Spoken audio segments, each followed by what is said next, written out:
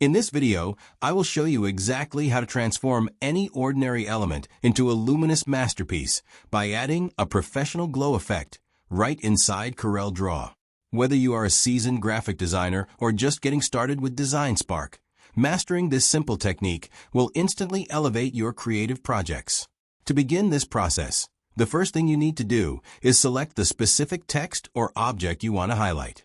You can easily do this by grabbing the Pick tool from your toolbox, or if you want to work like a pro, just hit the spacebar on your keyboard to toggle it quickly.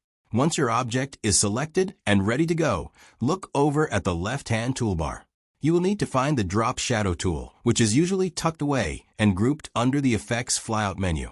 Simply click and hold that icon to reveal the shadow options and select it. Now, instead of manually dragging your mouse, look up at the top property bar.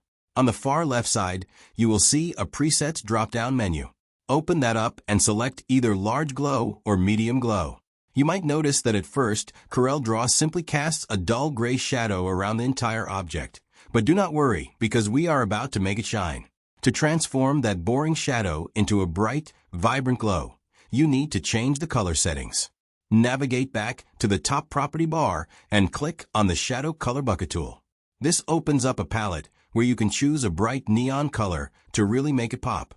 I personally recommend using something high contrast like electric blue, lime green, or a hot pink to get that true neon aesthetic. By switching from a dark shadow to a bright hue, you create an amazing halo effect that makes your design look like it is actually emitting light.